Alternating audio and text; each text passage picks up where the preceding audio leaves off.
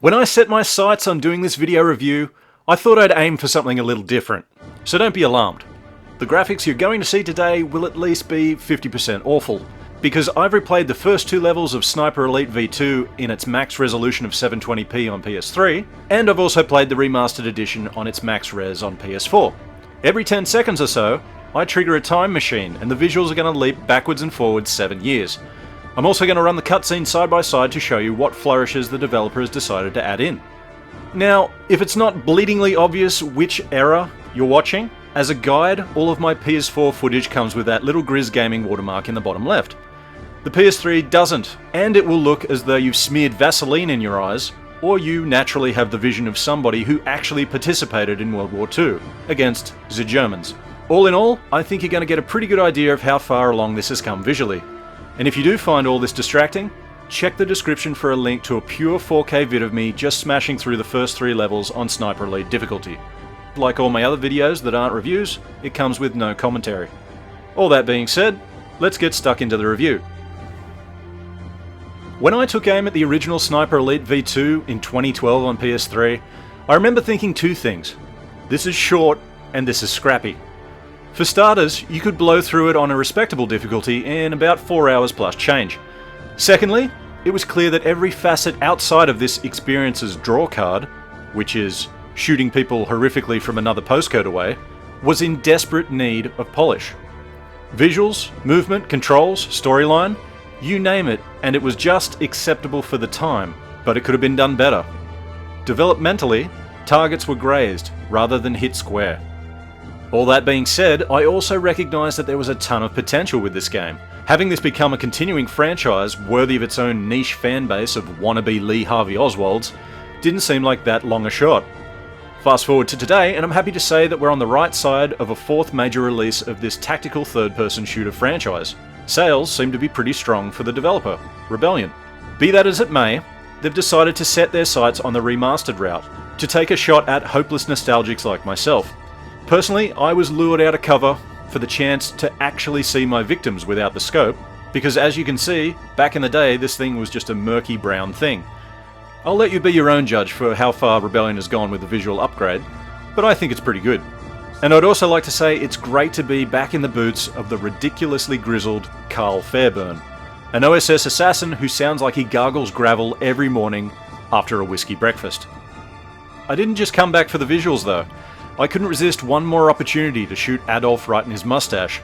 The Assassinate the Führer mission, along with all the original DLC, is back here for free. Expect a few much needed extra hours put in here.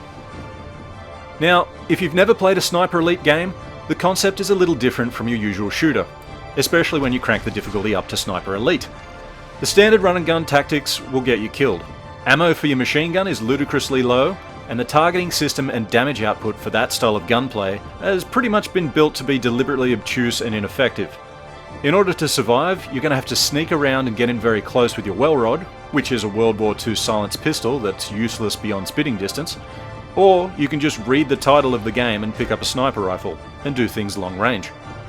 Sniping, as you expect, is the way to go 90% of the time. It takes some skill too. You need to consider bullet drop, wind, breath control, and moving targets need to be led correctly. Think of it as golf, but with a high-powered boomstick instead of a 3-wood. Nailing that hole in one shot, the hole being somebody's eye socket, is as gratifying as it is ghoulish. Providing you can keep them at a distance, even a pack of goose-stepping grunts are no match for you. The only time you're not going to feel like a wolf let loose in a daycare center is when a tank shows up, or if you get pinned down by a mounted machine gun or an enemy sniper. Destroying these targets skillfully, typically by a shot to a petrol tank lid, an ammo box, or right through their scope, is endorphins plus. I also challenge you not to smile when you get a 2-for-1 headshot that puts a bullet through 4 sets of ear canals, and it's even better if you've timed that shot to a loud environmental sound so nobody else gets alerted. Those moments are still fantastic, so much so you'll begin to accept the many other rough edges in this experience. The enemy AI, for example, didn't look like it had changed much during my side-by-side comparison. Hitler's finest don't always have self-preservation on their minds. They're also spatially unaware, taking every opportunity to hunker down in ground zero distance of any incidental explosive object. It doesn't matter where you're fighting, linear streets, wider outposts, or claustrophobic warehouses. Explodable red stuff has just been left lying around by the Nazis. It's absolutely terrible OH and SS standards. Along with some shooting that stands up reasonably well, this remastered edition includes a few other bonuses. You get the expected options like HDR, a toggle to either prioritise frame rate to 60 frames per second or visuals, and there's a decent photo mode. Unlike the PS3 version, you can also start the game with all the weapons unlocked.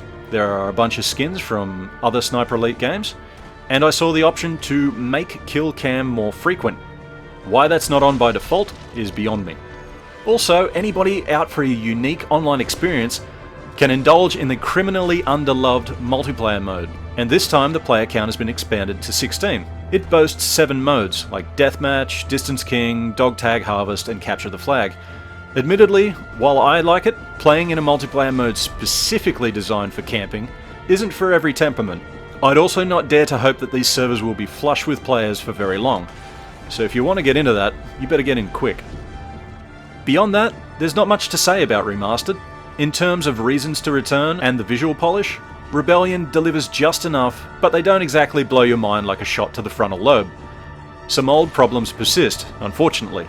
I still hate that there's no shoulder swap button, and it gets to the point where you're just outright screwed if you're on certain types of corners.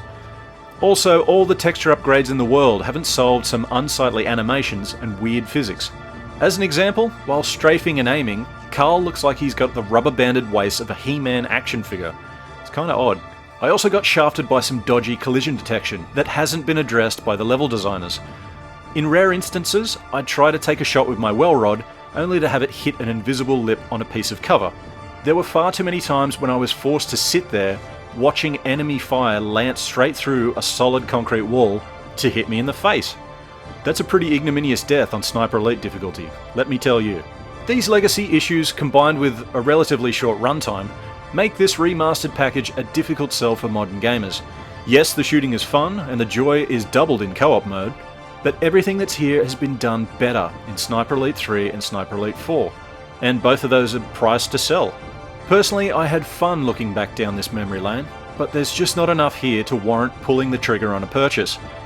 This is a day one for diehards and nostalgiaholics only.